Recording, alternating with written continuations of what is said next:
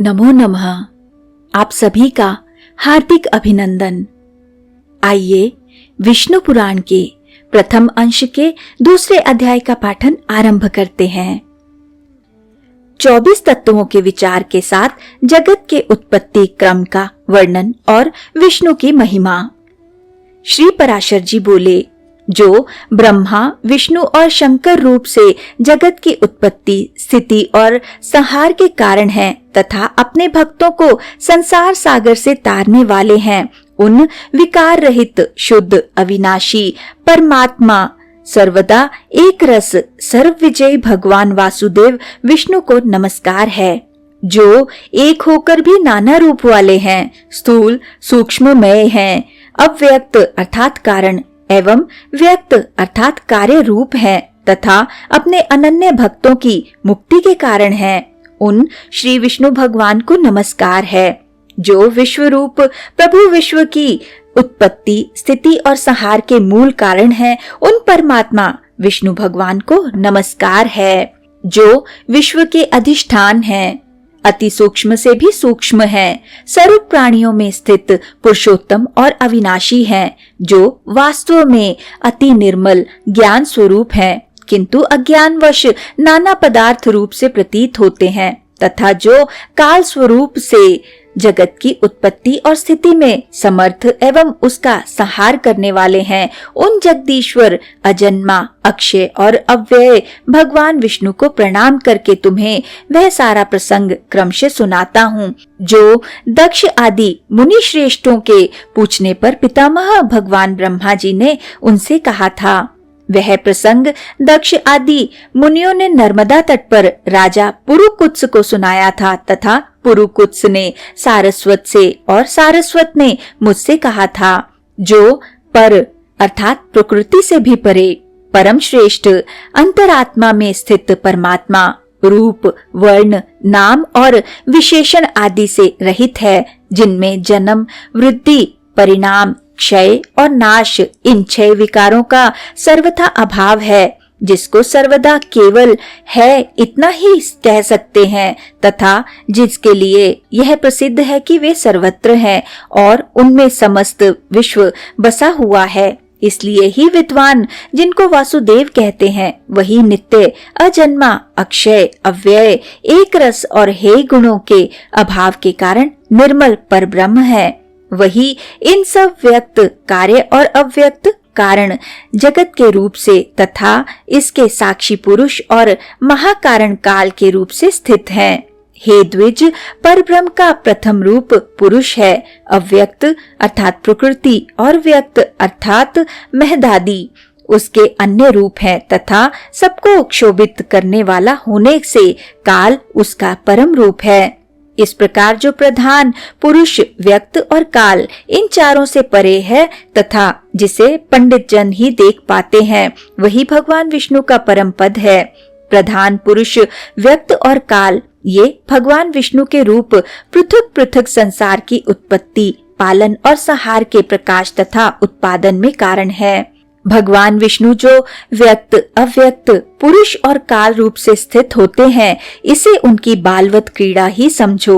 उनमें से अव्यक्त कारण को जो कारण शक्ति विशिष्ट और सदा एक रस है, श्रेष्ठ मुनिजन प्रधान तथा सूक्ष्म प्रकृति कहते हैं। वह क्षय रहित है, उसका कोई अन्य आधार भी नहीं है तथा अप्रमेय, अजर, निश्चल, शब्द, स्पर्शादि शून्य और रूप आदि रहित है। वह त्रिगुणमय और जगत का कारण है तथा स्वयं अनादि एवं उत्पत्ति और लय से रहित है। वह संपूर्ण प्रपंच प्रलय काल से लेकर सृष्टि के आदि तक उसी से व्याप्त था। हे विद्वन, श्रुति के मर्म को जानने वाले श्रुति परायण ब्रह्मवेता महात्मा गण इसी अर्थ को लक्ष्य करके प्रधान के प्रतिपादक इस निम्नलिखित श्लोक को कहा करते हैं। नाहो न रात्रिर्न नभो न भूमि, नरासितमो ज्योतिर्भुच नान्यत, श्रोतादि बुद्ध ध्यानोपलभ्यमेकम प्राधानिकम ब्रह्म पुमास्त दासीत। अर्थात उस समय प्रलय काल में न दिन था न रात्रि थी, न आकाश था न पृथ्वी थी, न अंधकार था न प्रकाश था, और न इसके अतिरिक्त कुछ और ही था। बस श्रोत्रादि इंद्रियों और बुद्धि आदि का अविषय एक प्रधान ब्रह्म और पुरुष ही था। हे विप्र, विष्णु के परम उपाधि रहित स्वरूप से प्रधान और पुरुष ये दो रूप हुए। उसी विष्णु के जिस अन्य रूप के द्वारा वे दोनों सृष्टि और प्रलय काल में संयुक्त और वियुक्त होते हैं, उस रूपांतर का ही नाम काल है। बीते हुए प्रलय काल में यह व्यक्त प्रपंच प्रकृति में लीन था, इसलिए प्रपंच के इस प्रलय को प्रकृत प्रलय कहते हैं। हे द्विज, काल रूप भगवान अनादि हैं, इनका अंत नहीं है, इसलिए संसार की उत्पत्ति, स्थिति और प्रलय भी कभी नहीं रुकते, वे प्रवाह रूप से निरंतर होते रहते हैं। हे मैत्रेय, प्रलय काल में प्रधान प्रकृति के साम्यावस्था में स्थित हो जाने पर और पुरुष के प्रकृति से पृथक स्थित हो जाने पर विष्णु भगवान का काल रूप इन दोनों को धारण करने के लिए प्रवृत्त होता है।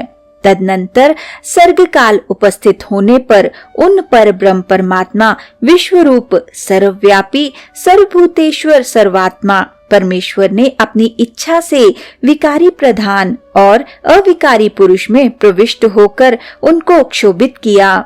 जिस प्रकार क्रियाशील न होने पर भी गंध आदि सन्निधि मात्र से ही मन को क्षुभित कर देता है, उसी प्रकार परमेश्वर अपनी सन्निधि मात्र से ही प्रधान और पुरुष को प्रेरित करते हैं। हे ब्राह्मण, वह पुरुषोत्तम ही इसको क्षोभित करने वाले हैं और वे ही क्षुब्ध होते हैं तथा संकोच, साम्य और विकास क्षोभ युक्त प्रधान रूप से वे ही स्थित हैं। ब्रह्मादि समस्त ईश्वरों के ईश्वर वे विष्णु ही समष्टि व्यष्टि रूप ब्रह्मादि जीव रूप और महतत्व रूप से स्थित हैं। हे द्विजश्रेष्ठ, सर्गकाल के प्राप्त होने पर गुणों की साम्यावस्था रूप प्रधान जब विष्णु के क्षेत्रज्ञ रूप से अधिष्ठित हुआ तो उससे महतत्व की उत्पत्ति हुई। उत्पन्न हुए महान को प्रधान तत्व ने आवृत्त किया। महतत्व सात्विक, राजस और तामस भेद से 3 प्रकार का है, किंतु जिस प्रकार बीज छिलके से संभाव से ढका रहता है, वैसे ही यह त्रिविध महतत्व प्रधान तत्व से सब ओर व्याप्त है। फिर त्रिविध महतत्व से ही वैकारिक अर्थात सात्विक, तेजस अर्थात राजस और तामस भूतादि 3 प्रकार का अहंकार उत्पन्न हुआ।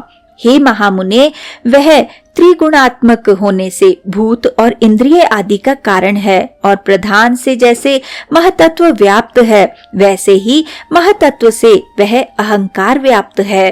भूतादि नामक तामस अहंकार ने विकृत होकर शब्द तन्मात्रा और उससे शब्द गुण वाले आकाश की रचना की। उस भूतादि तामस अहंकार ने शब्द तन्मात्रा रूप आकाश को व्याप्त किया। फिर शब्द तन्मात्रा रूप आकाश ने विकृत होकर स्पर्श तन्मात्रा को रचा। उस स्पर्श तन्मात्रा से बलवान वायु हुआ, उसका गुण स्पर्श माना गया है। शब्द तन्मात्रा रूप आकाश ने स्पर्श तन्मात्रा वाले वायु को आवृत्त किया है। फिर स्पर्श तन्मात्रा रूप वायु ने विकृत होकर रूप तन्मात्रा की सृष्टि की। रूप तन्मात्रा युक्त वायु से तेज उत्पन्न हुआ है, उसका गुण रूप कहलाता है। स्पर्श तन्मात्रा रूप वायु ने रूप तन्मात्रा वाले तेज को आवृत्त किया। फिर रूप तन्मात्रामय तेज ने भी विकृत होकर रस तन्मात्रा की रचना की। उस रस तन्मात्रा रूप से रस गुण वाला जल हुआ। रस तन्मात्रा वाले जल को रूप तन्मात्रामय तेज ने आवृत्त किया। रस तन्मात्रा रूप जल ने विकार को प्राप्त होकर गंध तन्मात्रा की सृष्टि की। उससे पृथ्वी उत्पन्न हुई, जिसका गुण गंध माना जाता है। उन आकाशादि भूतों में तन्मात्रा है, अर्थात केवल उनके गुण शब्दादि ही हैं, इसलिए वे तन्मात्रा गुण रूप ही कहे गए हैं। तन्मात्राओं में विशेष भाव नहीं है, इसलिए उनकी अविशेष संख्या है। वे अविशेष तन्मात्राएं शांत, घोर अथवा मूढ़ नहीं है, अर्थात उनका सुख दुख और मोह रूप से अनुभव नहीं हो सकता। इस प्रकार तामस अहंकार से यह भूत तन्मात्रा रूप सर्ग हुआ है। 10 इंद्रियां तेजस अर्थात राजस अहंकार से और उनके अधिष्ठाता देवता वैकारिक अर्थात सात्विक अहंकार से उत्पन्न हुए कहे जाते हैं। इस प्रकार इंद्रियों के अधिष्ठाता 10 देवता और 11वां मन वैकारिक सात्विक है। हे द्विज, त्वक, चक्षु, नासिका, जिह्वा और क्षोत्र ये 5 बुद्धि की सहायता से शब्दादि विषयों को ग्रहण करने वाली 5 ज्ञान इंद्रियां हैं। हे मैत्रेयी, पायु अर्थात गुदा, उपस्थ अर्थात लिंग, हस्त, पाद और वाक ये 5 कर्मेंद्रियां हैं। इनके कर्म अर्थात मल मूत्र का त्याग, शिल्प, गति और वचन बतलाए गए हैं। आकाश, वायु, तेज, जल और पृथ्वी ये 5 भूत उत्तरोत्तर क्रमशः शब्द, स्पर्श आदि 5 गुणों से युक्त हैं। ये 5 भूत शांत, घोर और मूढ़ हैं, अर्थात सुख दुख और मोह युक्त हैं। अतः ये विशेष कहलाते हैं। इन भूतों में पृथक पृथक नाना शक्तियां हैं, अतः वे परस्पर पूर्णतया मिले बिना संसार की रचना नहीं कर सकते। इसलिए एक दूसरे के आश्रय रहने वाले और एक ही संघात की उत्पत्ति के लक्ष्य वाले महतत्व से लेकर विशेष पर्यंत प्रकृति के इस सभी विकारों ने पुरुष से अधिष्ठित होने के कारण परस्पर मिलकर सर्वथा एक होकर प्रधान तत्व के अनुग्रह से अंड की उत्पत्ति की।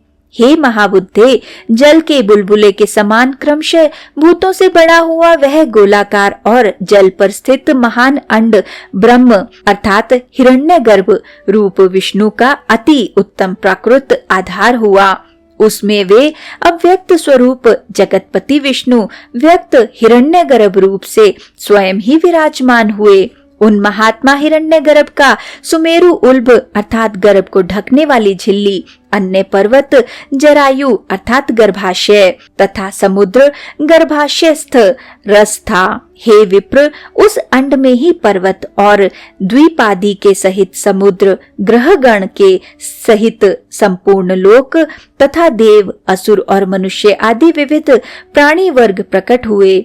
वह अंड पूर्व पूर्व की अपेक्षा 10-10 गुण अधिक जल, अग्नि, वायु, आकाश और भूतादि अर्थात तामस अहंकार से आवृत है तथा भूतादि महतत्व से घिरा हुआ है और इन सब के सहित वह महतत्व भी अव्यक्त प्रधान से आवृत है। इस प्रकार जैसे नारियल के फल का भीतरी बीज बाहर से कितने भी छिलकों से ढका रहता है, वैसे ही यह अंड इन 7 प्राकृत आवरणों से घिरा हुआ है।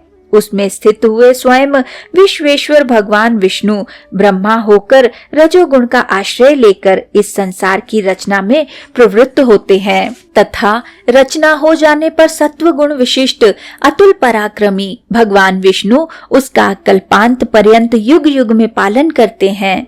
हे मैत्रेय, फिर कल्प का अंत होने पर अति दारुण तमह प्रधान रुद्र रूप धारण कर वे जनार्दन विष्णु ही समस्त भूतों का भक्षण कर लेते हैं। इस प्रकार समस्त भूतों का भक्षण कर संसार को जलमय करके वे परमेश्वर शेष शैया पर शयन करते हैं। जगने पर ब्रह्मा रूप होकर वे फिर जगत की रचना करते हैं। वह एक ही भगवान जनार्दन जगत की सृष्टि, स्थिति और संहार के लिए ब्रह्मा, विष्णु और शिव इन 3 संज्ञाओं को धारण करते हैं।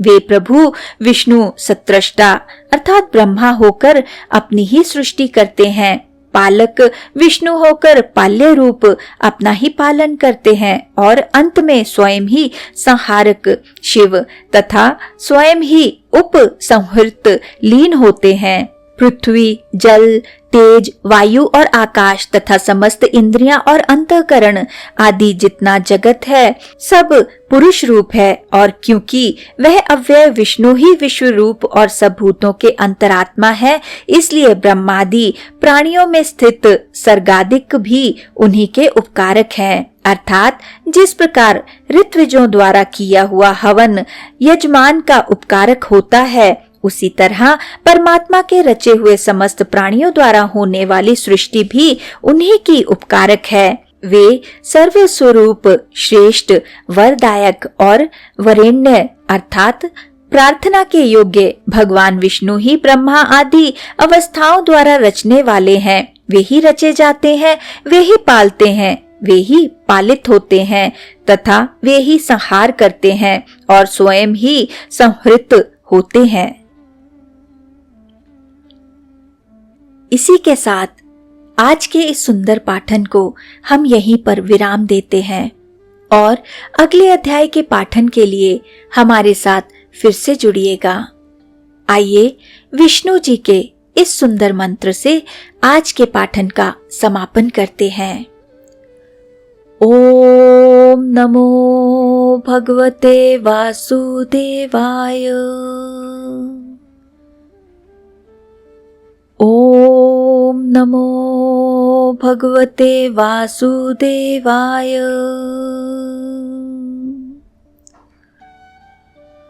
ओम नमो भगवते वासुदेवाय। ओम नमो भगवते वासुदेवाय। ओम नमो भगवते वासुदेवाय। ओम नमो भगवते वासुदेवाय। ओम नमो भगवते वासुदेवाय। धन्यवाद।